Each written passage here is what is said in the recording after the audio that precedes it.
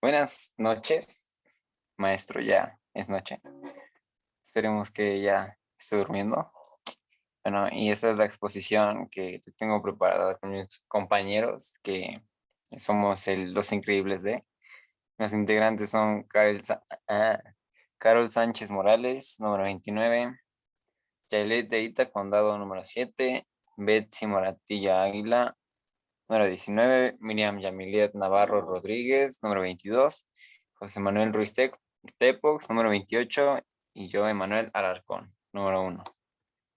Y pues el primer tema que vamos a exponer es lo que aparece aquí, que es la segunda revolución industrial, que empieza de 1870 a 1879. A principios de 1870 surge una nueva industria del metal para satisfacer la creación masiva de trenes y ferrocarriles necesarios para el transporte. Crece la industria química de creación de distribución de bienes petroleros. Y este tema lo explicará mi compañera Jaylet a detalle.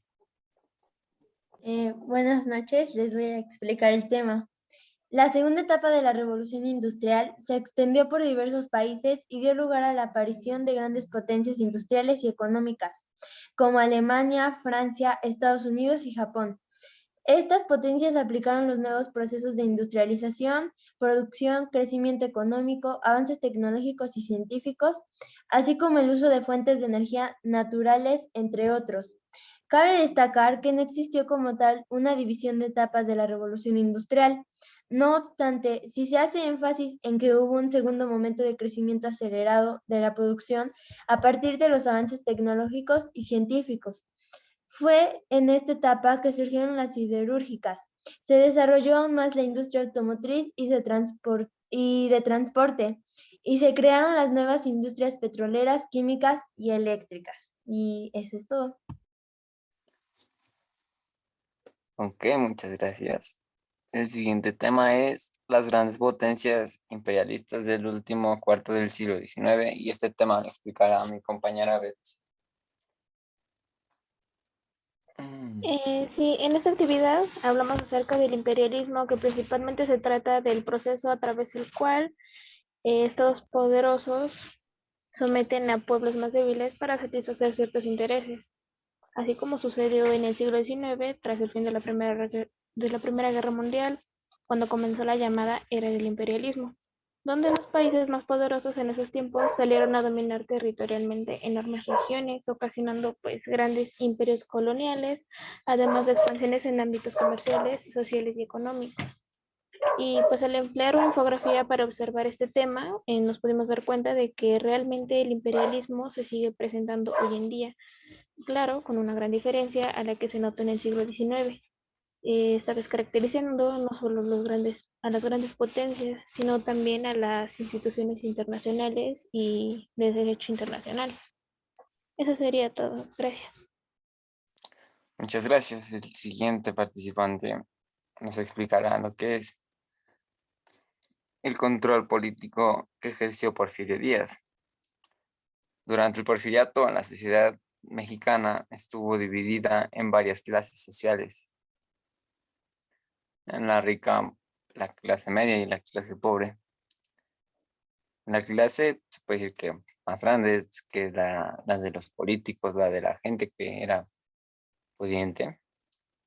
Se puede decir que la aristocracia semifeudal trataba, era llamada alta sociedad. Esta estaba integrada, perdón, por los políticos, los capitalistas, criollos y los extranjeros. Era la clase rica. La aduana, las haciendas, las fábricas de casas comerciales o de negocios y de negocios que llevan de una vida, pues se podría decir que más estable económicamente o de mayor estabilidad. Y este tema nos lo explicará a detalle nuestra compañera Miriam Yamilet. Durante la época del Porfiriato se ejerció un fuerte control político, social, económico, militar y policíaco. Así que Porfirio Díaz usó al ejército y a la policía rural como instrumentos para mantener el control político del país, con 50,000 soldados, 10 zonas militares, 3 comandancias y 14 jefaturas. También estableció límites territoriales con Estados Unidos, decidió tomar una conciliación con la Iglesia Católica, así permitiendo el retorno de los jesuitas. Porfirio Díaz tomó el control de la prensa, censuró los medios impresos y reprimió de manera violenta cualquier tipo de rebelión y protesta contra su gobierno.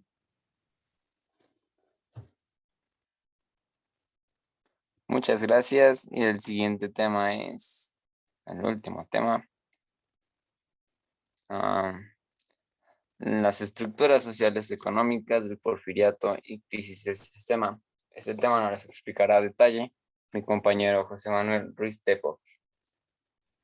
Se denomina porfiriato al periodo histórico acaecido en México, comprendido entre los años de 1876 hasta 1910, periodo en las que se sucedieron grandes transformaciones en la sociedad y cultura mexicana, en distintos ámbitos, siendo la figura central en la política mexicana. Porfirio Díaz Mori como presidente de la República, quien se eligió varias veces durante ese tiempo, manteniendo el poder en sus manos, ya sea directamente o gobernando de facto a través de los presidentes José María Iglesias, Juan Méndez y Manuel González. Buenas madrugadas, profesor. Bueno, y lo que nos explicará siguiente o consecutivamente es mi compañera Carol, que nos explicará la conclusión de lo que es o de lo que fue el UAC 3. Bueno, pues todas las actividades que realizamos durante la actividad, o sea, la unidad, perdón, nos ayudan a comprender un poco mejor el por qué México está como está, perdón, social y económicamente. También vemos que en esto influye mucho lo que fueron las revoluciones industriales, que se caracterizaron por el desarrollo de importantes transformaciones tecnológicas, económicas y demográficas a nivel mundial. La importancia de este proceso es clave para entender el proceso de modernización de las sociedades contemporáneas. Perdón, estuvo relacionada también con el inicio de la era del gran capitalismo, ya que los empresarios fueron sustituidos por bancos. Otro aspecto importante fue el saber lo que nos dejó el porfiriato. Se puede apreciar algunos aspectos que coinciden o que el mismo porfiriato nos dejó, como los salarios de hombre. El país se regía de avances democráticos y finanzas. También se conserva la culminación de ascensos del capitalismo en México. Se conservaron los partidos políticos como el PRI y el PAN. Permanecen los partidos repartidores del poder en México.